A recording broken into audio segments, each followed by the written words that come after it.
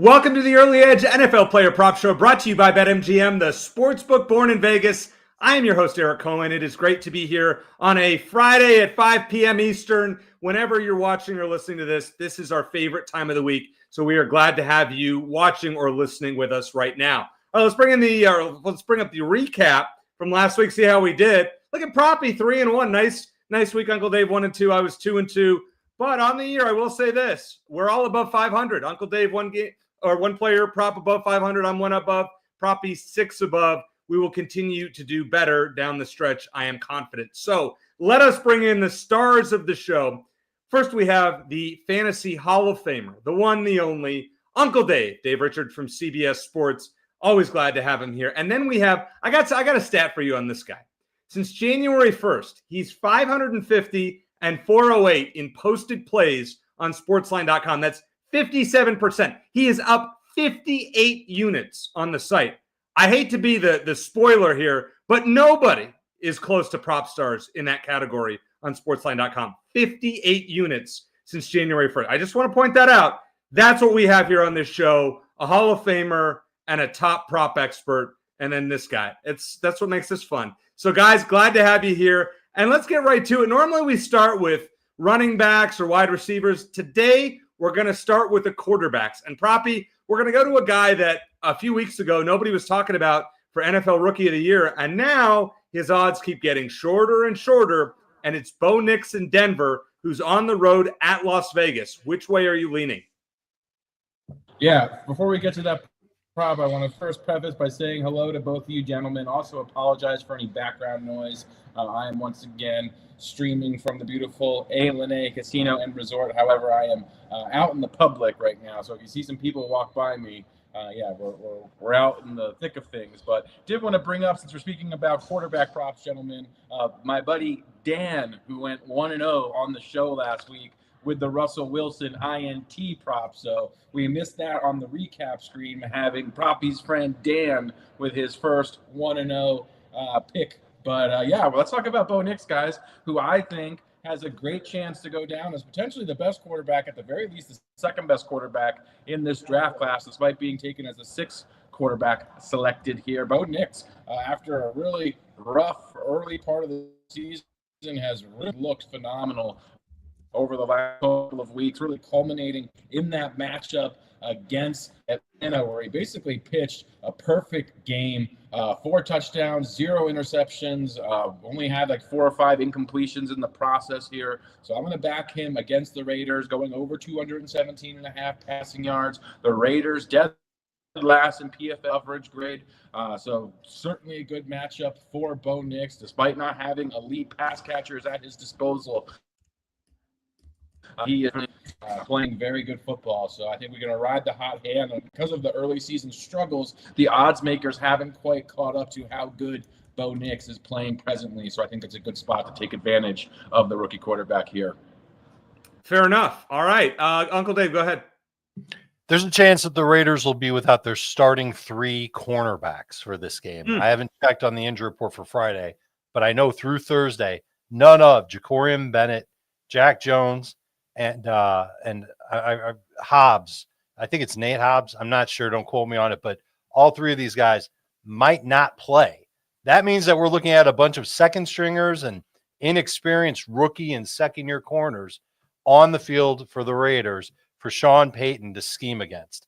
That's going to make for some big-time plays, some after-catch opportunities, or should I say opportunities, for the Broncos wide receivers, and that adds up to Bo Nix's yardage. He could be over this by the end of the third quarter. And the other thing about it too, Uncle Dave, is I remember that Thursday night game the other week where Cortland Sutton had a donut, and they beat New Orleans. They had a big win there. Since then, Cortland Sutton has been on fire, and if you're looking for a cheaper DFS stack, that Bo Nix Cortland Sutton one is certainly intriguing. Now, Uncle Dave, a guy in DFS that I have used the last few weeks, but you can't this week just because of where he is for the main slate, is Justin Herbert. So you think about Jim Harbaugh's offense and you think, well, this guy, Jim Harbaugh, run. It has not been the case for Justin Herbert. And you're kind of leaning the same way that I'm trending here, aren't I? Well, I think you're using an old narrative if you're saying everything with the Chargers is run, run, run, run, run, because I feel like everything the Chargers have done since their bye has led to them pass, pass, pass, pass, pass. And that's why I'm going to take the over on Justin Herbert's passing yards. It's 255.5, and it's at minus 115 from our friends at BetMGM. Before the bye, EC, we saw the Chargers barely throw the ball, 23.3 pass attempts per game. After the bye, Jim Harbaugh, it's almost as if he put on his big giant bifocal glasses and saw one of the best young signal callers in football and said, I'm going to start to use that guy. And it's worked for him because they've started to throw the ball 31 times per game on average since the bye. And this Ravens defense, they have been great against the run, but not so great against the pass, yielding a fifth worst 7.7 yards per attempt on the season. And that number actually explodes to 11.2 yards per attempt on throws of 9 or more air yards. Herbert's average depth of throw since the bye, 9.2 air yards. Kind of funny how that works out. Herbert's been over 275 pass yards in 4 of his past 5. The Ravens have let up at least 269 pass yards to 8 of 11 quarterbacks this year. I would play this up to 259.5. I think Herbert's going to have to throw, and I think he'll do well doing it. But for now, we'll take the over at 255.5 at minus 115. Wow. All right. I like it, Uncle Dave. That's a high number for Herbert. You wouldn't think of that, but you just kind of explained why that is. Now, our friend Cen NAD, the great Cen NAD, host of The Early Edge every Monday through Friday at 10 a.m. Eastern, is in the chat. So if you're watching with us live, please make sure to ask him some questions. Always good to have him here. A little bit of breaking news here as we're talking about quarterbacks. Brock Purdy ruled out for Sunday for the 49ers, which is a bit surprising. I know, Dave, you have any thoughts on that? And do we know, I mean, it's great for the Packers, those of us who are Packer fans, but if you're the Niner fans, pretty depressing, huh? Yeah, this is going to make a bad season get a little bit worse. I don't like their chances with Brandon Allen under center. We're talking about a quarterback with a career 57% completion rate. He does have a tendency to lean on his bigger wide receivers, so that should bode moderately well for George Kittle and Juwan Jennings, but you've got to lower expectations across the board for all 49ers, including Christian McCaffrey, in your fantasy lineups. And I think this kicks down the door for Josh Jacobs to have another really good game for Green Bay. Packers might be able to get away with one just running the ball here, especially if there's no Nick Bosa. And that'll help the pass game too, obviously, but Nick Bosa is the generator of that defense. If he's not there, it leaves a lot on Fred Warner's plate. This is a massive impact for that matchup. We'll talk about McCaffrey a little bit later in the show as I have a prop on him, and we'll get your feedback on that there. But let's get back to quarterback props. And Proppy, my wide receiver prop, just a spoiler, is a Seahawks wide receiver. So when I saw you have a Gino Smith prop, for a second I kind of panicked. I'm like, uh-oh, I hope Proppy and I are on the same side. I have a feeling we are. Tell us about Gino Smith this week. All right. There we go. Proppy, we got you. There we go. Yeah, so I'm back. Guys, I'm going over 254.5 passing yards, which is a pretty big number for Geno Smith. However, this is threefold for me. It's a great matchup against an Arizona Cardinals pass defense that's one of the league's worst. On top of that, Arizona's complete ability to generate a pass rush also very beneficial to this. I also love the fact that Geno has all 3 wide receivers, the weapon there, as well as ultimately, the Cardinals possess the ability to potentially push the battle, which is all about quite a bit. So it is a big number. This one checks all the boxes for me. I think we're going to see a scoring game. We have a 48-point total here as well. So I look for Geno Smith to potentially eclipse 300 yards. Yeah, a lot of passes in this game. Great for the settle wide receiver that takes advantage of lack of a pass rush and very subpar secondary of the Arizona Cardinals. Uncle Dave. This correlates with a prop that I'm going to have a little bit later on, but the notes that I have on that prop is Seattle playing at the 4th highest pass rate in the league, 3rd fastest pace. It should mean that they throw the ball a lot. I like where prop and dandy's coming from on this one. All right, there it is. I'm going to throw in one here. Since we're all talking about quarterbacks and hitting their overline, going with CJ Stroud over 233.5 passing yards, minus 115. Now, our AI model with my man Specty has it at 280, so I feel pretty good about that. But here's the reason I'm going to play this prop and feel fairly confident about it. Uncle Dave, I looked at your rankings, and you're not big on Stroud this week. But when Nico Collins plays, when he plays more than 45% of the snaps or more, that's 6 games, Stroud is averaging 262 passing yards. I mean, that is wild. He's 5-1 to the over when Nico Collins plays over this number. So I feel pretty good about that. Now, the only problem is that only 2 quarterbacks have cleared this line against Tennessee this year, including Sam Darnold last week. But the Nico Collins factor, to me, outweighs everything else. Where do you stand with my Stroud pick? I think I like it. I won't say that I love it, but I watched a lot of the Titans defense last week because I did a study on Aaron Jones. And so that's who they played last week. And that Titans run defense, they really do a good job of building a human wall right up front. So if you're running between the tackles against Tennessee, you're really not. You're not getting anywhere. And we know that Houston's offense has started to kind of lean on Joe Mixon a little bit. They've got to take some work off his plate. I believe he's had over 20 carries or at least 20 carries, something having to do with 20 carries each of his last 4 games. And so Stroud should be able to come out and throw for a good amount of yardage. I don't know about a huge number, but last week, 257 yards. That does not include the 77-yard catch and run that Nico Collins had that was called back by a penalty. That's just something that's baked into the upside. And that's part of the path that CJ Stroud can take to a victory. Same thing we could say about Tank Dell catching a pass and going a long distance or catching a deep ball. There are a lot of chances here, including throwing the ball to Joe Mixon and avoiding that big defensive line for Tennessee. I like where you're coming from on this one. I don't think it's bad. It's not going to be my favorite one of your props this week. And that's fair. Okay. Well, I didn't have any notes from you in our rundown. This is, I love this. So when you say that, I feel so good. And by the way, I just want to point out the 2 props I gave out last week that lost were the 2 that you said, I don't know how I feel about him. I know the Tillman one was one of them. That was one of them, and Russell Wilson was the other one. And you warned me, but I locked these in on Thursday night. I put them up on the site, and we got to stick by him. But you nailed it. Now, Proppy, I know, is going through having some audio issues. He'll be right back in. But Uncle Dave, we first have another passing prop from you. And this one's kind of surprising because I believe in the past you played some unders when it comes to Jared Goff and his passing. Now he's on the road in Indianapolis. Which way are you leaning? I'm taking the over on his pass completions, and it's a high number, EC. It's 22.5.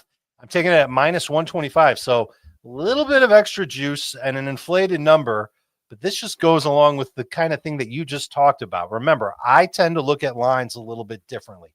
And when I think I see a line that's meant to trap the bettor, I go the other way. And I think this is one of those lines. I think a lot of people are going to see this line at 22.5 completions for Jared Goff, and they're going to say, oh, you know what? He's been under this really in every game except for 2 this season. Why would I take the over? I'll just take the under. Don't be that guy. Either don't play it or take the over. What I love about this is the Colts are one of the league's most reliable zone coverage defenses. They even play a subset of zone called cover 3 at the 2nd highest rate in the league. They are also among the worst in the NFL in pass rush pressure rate. Not that it really matters because Jared Goff is well protected, but the point is that he's going to have time to process and make throws. And when Goff has seen cover 3 this year, he's completed 77% of his throws. Think about it. A good completion rate for an NFL quarterback just in general is 65%. He's at 77% at this specific type of zone coverage that Indy likes to play.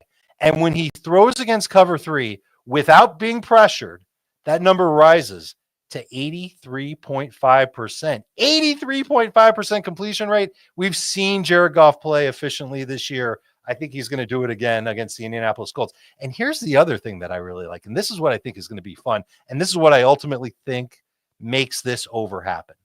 I think the Colts are going to give the Lions a game. I like what I saw from their offense last week. I didn't really like what I saw from Jonathan Taylor. His efficiency sucked, but Anthony Richardson looked good. Yeah, I thought it was his best game passing since he's been in the NFL, and statistically, it was.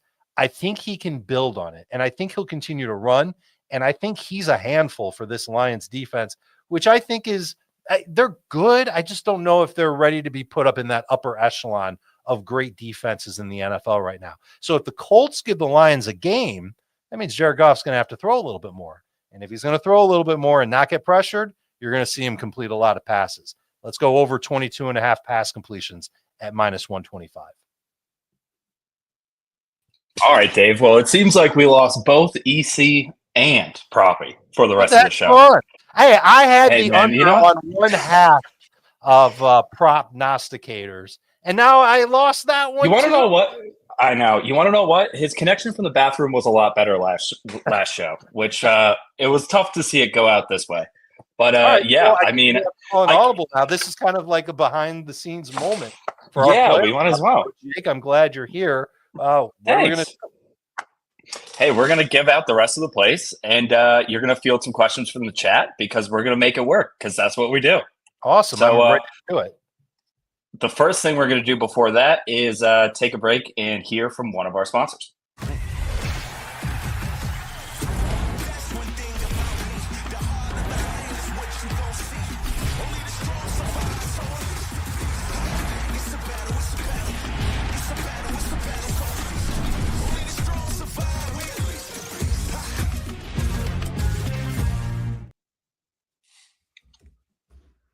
All right, hey, look who's back. I don't know what's going on here today. We're having technical difficulties all over the place. My internet goes down. This is the first time that's ever happened, Uncle Dave, so sorry to leave you on an island like that. It's not a problem at all. Jake came in and tried to kind of right the ship a little bit, and that's what we do around here. And the funny thing about it, EC, is think about all the years we've been doing this show. There have been moments where we've had like these things come up that are unexpected, and the audience never knows. And we're able to communicate. And so it's kind of funny that now this one time the audience gets to be a part of it. And so I'm cool with that. I don't mind. This is not some formal show. I'm not wearing a tie. You're not wearing a tuxedo. You don't have a mustache. I don't have a pipe. I'm not smoking anything. This isn't formal. We're not at grandma's house. I don't know. How formal was grandma? I don't know. My grandma drank. Listen, we're just one of those Fridays. We were all ready to go. And, things happen. So that's the magic of live shows.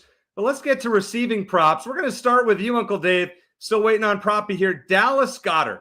Now, I don't know the status of Devontae Smith in Philadelphia, but I don't think things are trending in the right way because he didn't practice again today. So Dallas Goedert came back and should have a role this week. So I assume you're getting a pretty good discount on his number. Yeah, and you need to get this one in as soon as you can because the number I think is going to go up. I don't think it was made with Devontae Smith being out, and that is what his status is. He will not play in Week 12 against the LA Rams. So with him unlikely to play in the game, I looked at Dallas Goedert, and I like the over on his receiving yards. I got it in at 42.5 at -118. I would play this up to 44.5 easily. If it got to 46.5, I would probably take my chances on that too. But that might be the number that I might go, maybe hold back just a little bit. There is a little bit of evidence this year of what happens when Goddard is on the field and Devontae Smith is not on the field. On 62 snaps without Smith, Goddard has averaged a 38.7% target per route run rate. I just want to tell you that when a tight end has like 17%, 18% in this metric, it's good. His is at 38.7%. That means that basically 2 out of every 5 throws that Jalen Hurts makes when he's running a route is going to him. And if he's catching a lot of targets, that means he's getting a lot of yards. We've seen Goddard get 62 and 90 yards in road games against the Saints and the Bucks without Smith on the field for those plays. And even go back to last year, EC, he averaged 18.2 targets per route run on 53 snaps without Smith. Hey, Smith has played a lot. It's rare when he's not on the field. He's obviously a great play with Smith being out. But even if Smith were to play, I still think Goddard would go over this. This Rams defense has let up at least 45 yards to a tight end in 6 games this year in each of its last 2 games as well.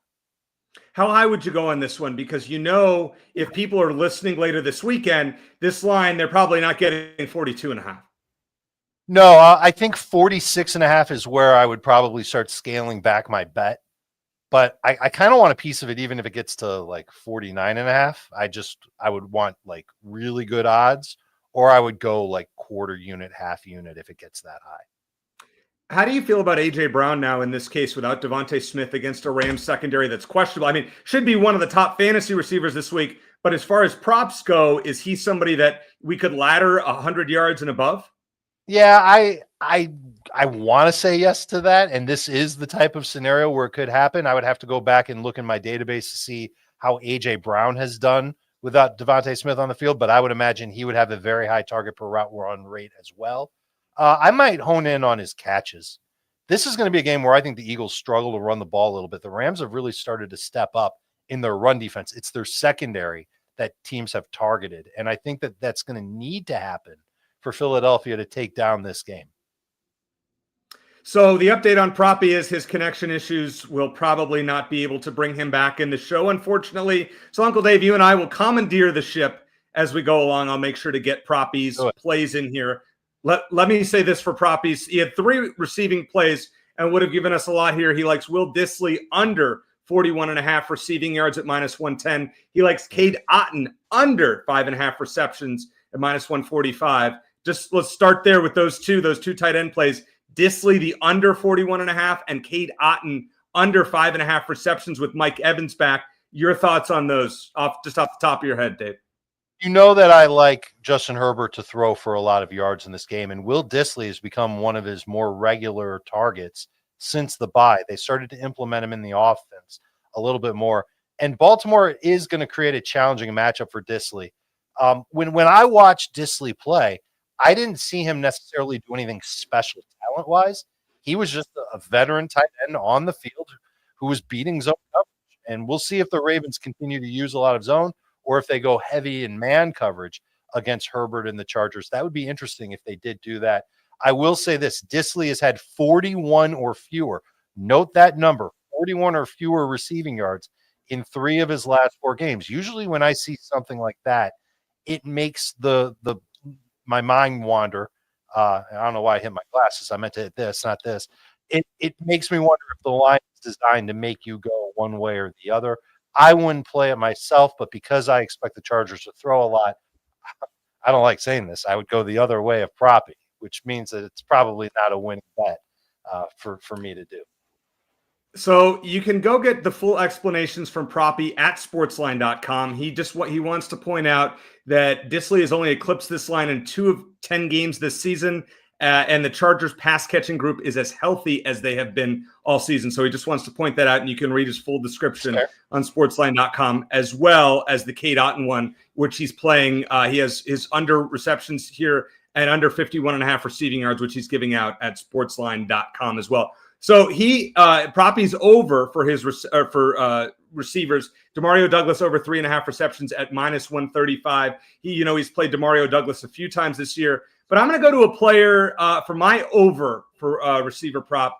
Jackson Smith and Jigba over 55.5 receiving yards at -118. I would play this above 60, honestly, because in the last month, JSN has accounted for more than 45% of his team's receiving yards, which is by far the number 1 market share there in the NFL. In his last 3 games, 31 targets, 23 catches, and in those games, 69 yards, 180, and 110. And I know some of you out there are thinking, well, they have DK Metcalf. By the way, they had DK Metcalf last week, and JSN still had 110 yards. Want to point that out. As well, he has a 24% first read and target share against 2 high defenses, which the Cardinals play among the top third of the league with their frequency of doing that. So I like JSN, a 6-catch, 60-yard game at the minimum. That's where I'm rolling with that. Am I on to something here? This reminds me of what we talked about with Cedric Tillman last week. Because the line is 55.5. When he's had, and I get it. You mentioned his last 3 games where he had at least 69 yards in each. 2 of them came without DK Metcalf. So you kind of have to throw those aside. DK is playing in the game. Last week, DK played.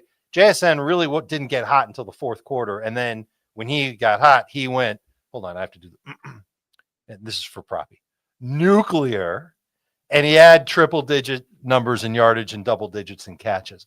I literally feel the exact same way about this one as I did with Tillman last week. I think the line seems too good to be true.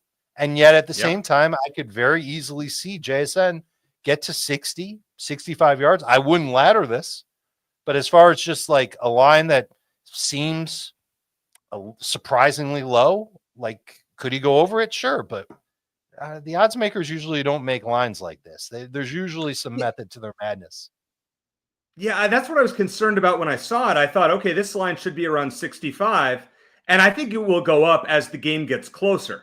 I mean, this is one of the highest totaled games of the week between the Seahawks and the Cardinals. Could be a potential shootout spot. So that's why, and JSN's on a tear, and he's just getting open in the middle of the field. And the Cardinals against slot receivers are hit or miss. They've had some, I think they've only given up 200-yard receivers all season, but slot receivers tend to do well. And we're not asking for a ton here with less than 60 yards, but I would play it up to 60. I feel fairly comfortable with that. Sure. The last thing I would mention is the Cardinals defense has played really well this year. And I know that a lot of people kind of look at them and they say, oh, they don't have anybody. They're not that good. They must not be that good. They acquired Baron Browning, who's a pass rusher from Denver right before the trade deadline. And they drafted a guy named Darius Robinson who hasn't played a snap for them. They might have both those guys this week. And if they do, it could make their pass rush maybe the best that it's been since Jonathan Gannon came to the desert. And that could speed things up. At the same time, that might also mean that Gino Smith has to get the ball out quick, and that could help his slot receiver get targets. Fair enough. Let me ask you, Kale brings up an interesting one in the chat here. Rome Odunze over 40.5 receiving yards. Favorite play of the week there for him in the chat. The thing about Odunze that's interesting, you love it. Okay, go ahead. Explain. I love that one. That's a smart line. I wish I had seen that one before we went on the air today. I would have taken that myself. The one thing that the Bears did a lot more of last week was shorten targets for Caleb Williams. So instead of Caleb Williams dropping back and spending 8 seconds trying to figure out what to do with the football, he had designed reads and throws to get the ball out quick. You kind of saw the A-dot come down a big way for DJ Moore. I don't think it quite happened for Rome Odunze, but Odunze's starting to become a playmaker in Chicago's passing game, meaning that when he does catch the ball, he can add yards after the catch. We know DJ Moore can do anything, but I think Odunze is going to evolve into that number 2 receiver for them. And 40.5 yards, again, it feels a little tricky to me because he has had so many games this year with 40 or 41 receiving yards, 3 of them in a row in the middle of the year. But he's also had 60 plus in 2 of his last 3, most notably 10 targets, 6 catches, 65 yards last week with a new play caller. That's what stands out to me. And against Minnesota, that pass defense, this is a fantasy stat. They're like bottom 3 in fantasy points allowed to wide receivers this season. So they're giving up numbers. I think Odunze will definitely get his. I like that prop a lot. And here's another thing, Uncle Dave. Keenan Allen got hurt in Friday's practice and is questionable for Sunday. So you're probably not getting 100%. Keenan Allen hurt his ankle, I believe, in practice today. He got hurt in the game last week, too. So, yeah, this is, I mean, we'll see, especially with Keenan Allen's injury history. You never know. All right, let's get a few running back props in here. This is just you and I, Uncle Dave. And let's start with James Conner. We talked about that Seahawks-Cardinals game. Could be a potential shootout. James Conner historically has fared fairly well against Seattle. Which way are you leaning? When Prop was on earlier and he mentioned Gino Smith, you heard my take on that Seattle offense and their pace of play and all that. I think that comes into play here. I like the rush attempts for James Conner. I'm going to go over 16.5 at minus 125 at BetMGM. Conner has at least 17 rush attempts in 6 of 10 games. And how about this? Arizona is 5-1 when James Conner gets at least 17 carries in a matchup. He's part of their winning formula. Arizona is also one of 7 offenses that are within a percentage point of being dead even in pass run ratio, meaning they like to be balanced. They are going to run the football. This is their bell cow in James Conner. And against the Seahawks, offenses are averaging 24.1 running back rushes per game. We're taking out all those quarterback rushes. They don't count. 24 times a game, a running back gets the rock against Seattle on average. They've consistently been north of 20 carries a game too.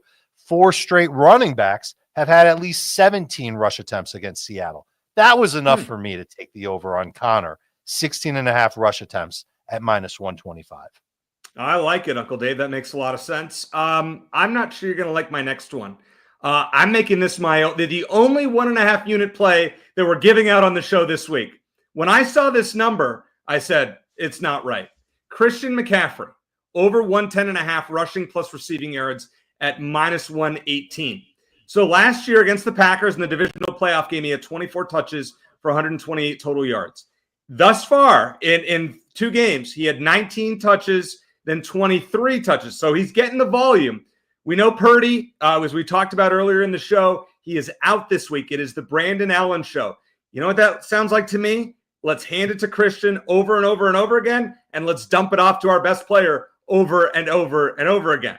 So with that said, this is a must-win game for San Francisco that seems to get a lot harder now than it was before. I just think this number of 110.5, you may not see it. I don't know if it's going to go up or it's going to go down. I just don't know how to feel about it. I'm confident. I think he gets over 120. Where do you stand, Uncle Dave? Do you remember earlier in the show when I told you that you had a prop I liked better than the CJ Stroud prop? Yep. That was before Brock Purdy was ruled out. Now I think the CJ Stroud prop is my favorite prop that you've got, because this unfortunately isn't it. Without Brock Purdy there, I think the Packers defense will change how they defend the offense of the San Francisco 49ers. And honestly, it is a drop off from Purdy to Brandon Allen. And I almost think that the Packers are going to try and dare Brandon Allen to beat them through the air, and they can focus on Christian McCaffrey. I can also tell you that I watched Christian McCaffrey's film from last week, and I actually think he looked worse in his second game than he did in his first game. And that's frustrating, because this is somebody who's supposed to be one of the most dynamic players in the National Football League, coming back from an injury that was obviously tough on him, the Achilles strain. And now that he's back, the fact that he didn't get better in his second game, he got worse. He looked just a little bit slower. That makes me nervous about him now and for the future. And so how much work must he get to get 111 total yards in the game? Might he do it through the air? Yes. Listen, it makes all the sense in the world to give him opportunities with Brandon Allen under center instead of Brock Purdy. But the Packers are going to know it too. So I would be very nervous to take this one. What number would I play this at? That's an interesting question, because you said this yourself, EC. This number could go down. Yep. I don't know if I'd even be comfortable at like 105, 99.5. Like, I'm not sure if I'd be comfortable with a number that high. And it's not that the Packers, listen, you watch the Packers more than anybody. It's not like the Packers defense is some amazing shutdown unit. They did a nice job against DeAndre Swift last week until DeAndre Swift broke for a long touchdown. Can McCaffrey do that? Yes, he can. Will he do that? He might do that and still not get 111 total yards. But see, here's the thing. Now, Jordan Mason, Lori, is not getting that many touches. McCaffrey's still playing. I think over the last couple weeks, like 90% of the snaps, McCaffrey's playing. You would think in a game that is a must-win game for a 5-5 team, that without their quarterback. Now, I made this prop last night thinking Purdy would play and be limited and just kind of have to stick around in the pocket. And you know what? I would still play it, because I think they're going to feed him upwards of 25 touches. I think he's healthy enough to play at this point, and I think the volume is going to be there. It's what he's going to do with the volume, and I think a key element of that is in the passing game. I think you're going to see dump-offs and screen passes. You have to, right? Right. So then let me ask you this question. If we both agree that that's something that they have to do, wouldn't that make you inclined to look at his receiving props?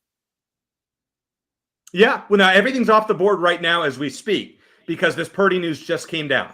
Right. So this prop, if you're watching live, right, you're going to have trouble with it. But if you're, listening later this weekend or closer to game time, look for the McCaffrey props, and maybe Dave is right that instead of the 110.5 combined, you look for receiving. Is a 50-yard receiving game within the range of possibilities? I think so. Within question, where with an inexperienced quarterback who the primary focus is going to be on completing the pass, he can check it down.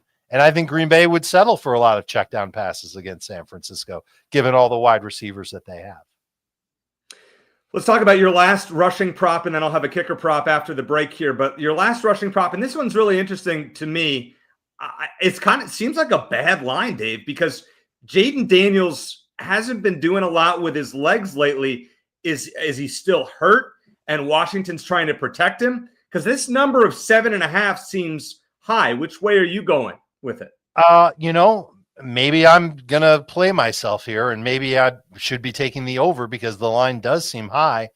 But I don't think that the Commanders need to use Jaden Daniels' legs in this game against Dallas. So I'm taking the under at -106. I completely expect Washington to stop the Cowboys. I mean, who doesn't? Dallas's offense, forget about it, and their defense really hasn't been great. But I still think Jaden Daniels is feeling the effects of the rib injury that he suffered in Week 7, and we've seen it recently. He's averaged 6.5 rushes per game, 4.2 yards per carry in the 4 games since he got hurt. And those numbers are way, way down from where he was at the beginning of the year when he was averaging 10.5 rushes per game, 5.1 yards per rush before the injury. This is a game where the Commanders running back should do the rushing for him. Cowboys run defense has been slammed for 4.8 yards per rush by running backs in their past 5 games. So why risk your rookie franchise quarterback in a game where you don't have to? That just seems obvious to me. And the reason why I took the attempts instead of the yardage is because we could very easily see Jaden Daniels rip a run for 25, 30 yards and blow up the yardage total. I think it's at 39.5. I think it's smarter to take the total number of attempts. He might only have 4 or 5 by the time they get to the fourth quarter. If they're winning, he might not even play. Maybe he is playing and he takes a couple of kneel downs to end the game. He could get to 7. This could get close. Okay, you might be able to find this at 8.5, and you can take the under and lay the juice. I don't mind that either, but I still think he's going to end up with under 7.5 rush attempts. Interesting. He had 7 last week, as you said, 3 the week before. I'm telling you what, I think this is a sharp play, and the line it's probably not that bad, but you're right. The game flow, and that's what you have to think about when, as you obviously have taught me over these last couple of years of working with you, when you think about a game flow. And in the fourth quarter, do you expect Dallas to be competitive? And in this game, probably not. Are we going to see Trey Lance maybe on Sunday make another debut? I guess to play more than he did last week or in previous weeks. It's possible. Possibly. Yeah. So that's why for me, Jaden Daniels is going to be handing it off a lot, presumably in the fourth quarter. I like that. Now, Jaden Daniels rushed for 4 total touchdowns this year. And, he might be a popular play if you're betting first touchdown markets. But if you're kind of looking for a way, if you don't hit your first touchdown bet, we have a way with BetMGM that you can still get your money back with their promotion. We've all had our first touchdown bet called back before, and BetMGM is giving you a second chance. BetMGM's Pro Football Second Chance plays any first touchdown score bet. If your player doesn't score first but scores second, get your entire stake back in cash. No opt-in required. Here's how it works. Place a pregame straight first touchdown score bet in any NFL game. If your player scores the first touchdown in the game, you win your wager as normal. If your player scores the second touchdown in the game, you'll get your stake back in cash. It's that simple. Log into BetMGM for more details. Coming up next after the break, I have a kicker prop that has won for 8 straight weeks. We're going to make it 9 after we hear from one of our sponsors.